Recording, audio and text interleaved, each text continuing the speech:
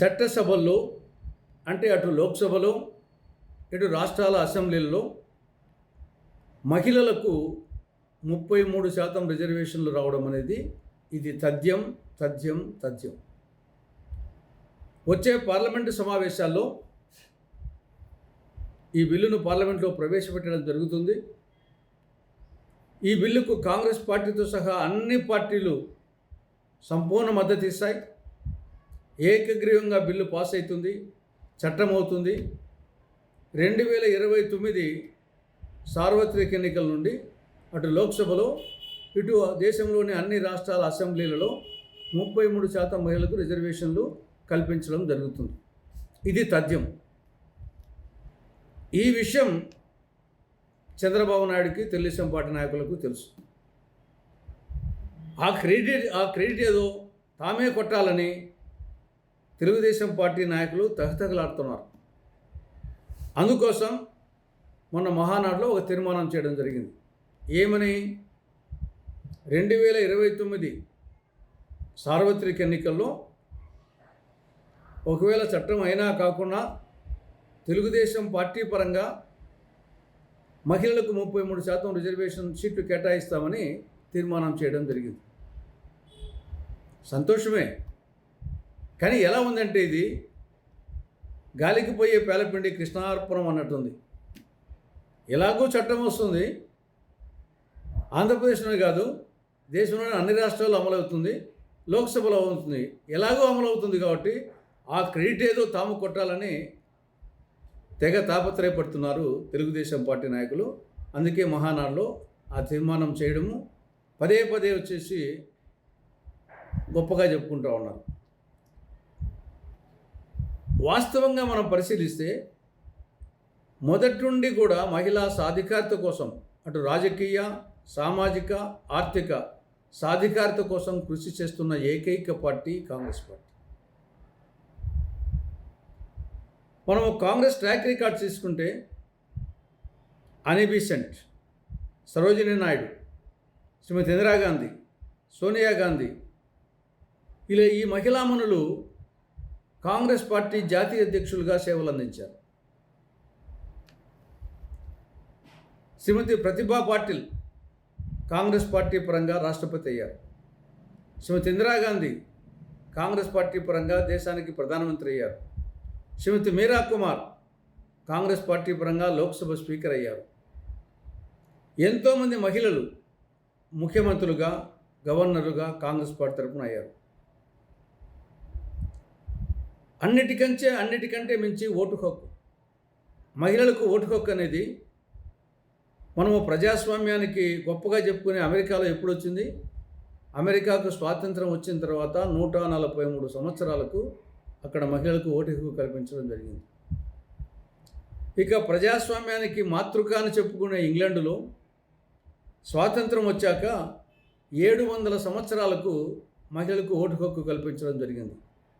కానీ మన దేశంలో స్వాతంత్రం వచ్చాక మొదటి సార్వత్రిక ఎన్నికల నుండే మహిళలకు ఓటు హక్కు కల్పించడం జరిగింది.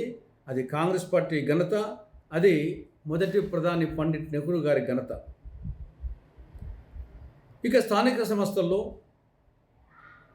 73, 74 రాజ్యాంగ సవరణల ద్వారా మహిళలకు 33% రిజర్వేషన్లు కల్పించడం జరిగింది. ఎప్పుడు? 1993లో. దానికి కారకులు రాజీవ్ గాంధీ గారు, పివి నరసింహారావు గారు.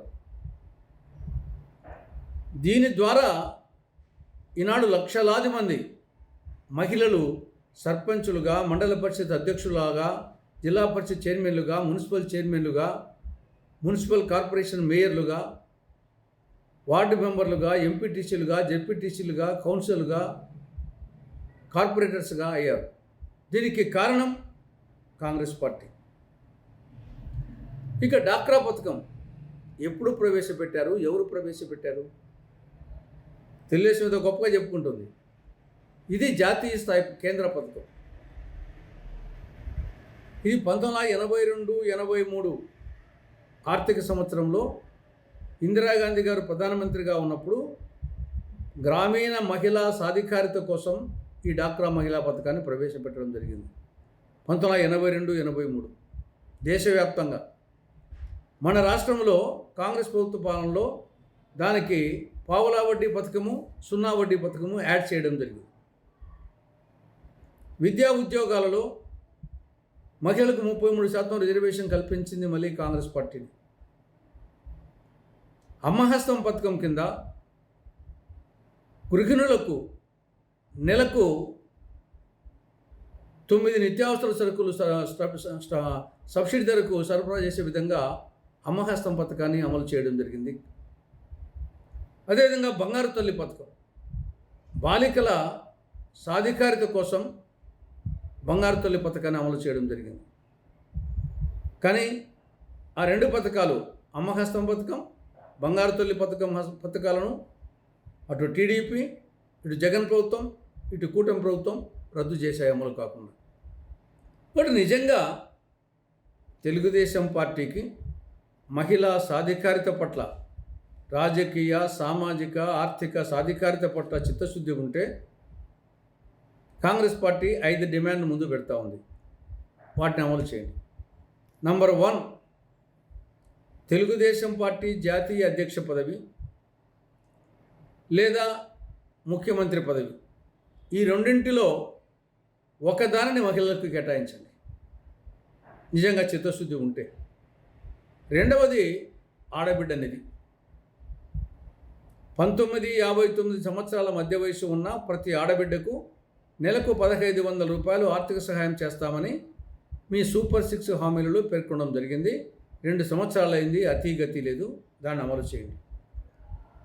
మూడవది, ప్రతి డాక్రా సంఘానికి 10 లక్షల రూపాయల వరకు వడ్డీ లేని రుణాలు ఇస్తామని చెప్పడం జరిగింది. మీ మేనిఫెస్టోలో పెట్టడం జరిగింది. 2 ఏళ్ళు అయింది, అమలు కాలేదు. 12%, 13%, 17% వడ్డీతో మహిళా సంఘాలు రుణగ్రస్తులయ్యాయి. చాలా మటుకు డాక్రా సంఘాలు మూసేస్తూ ఉన్నాయి. ఆ యొక్క వడ్డీ లేని పథకాన్ని అమలు చేయండి. నాలుగవది, బంగారు తల్లి పథకాన్ని వెంటనే పునరుద్ధరించండి. ఐదవది, అమ్మహస్తం పథకాన్ని వెంటనే పునరుద్ధరించండి. అప్పుడు నిజంగా మీకు మహిళా సాధికారత పట్ల చిత్తశుద్ధి ఉందని చెప్పుకునే నైతిక అర్హత ఉంటుంది.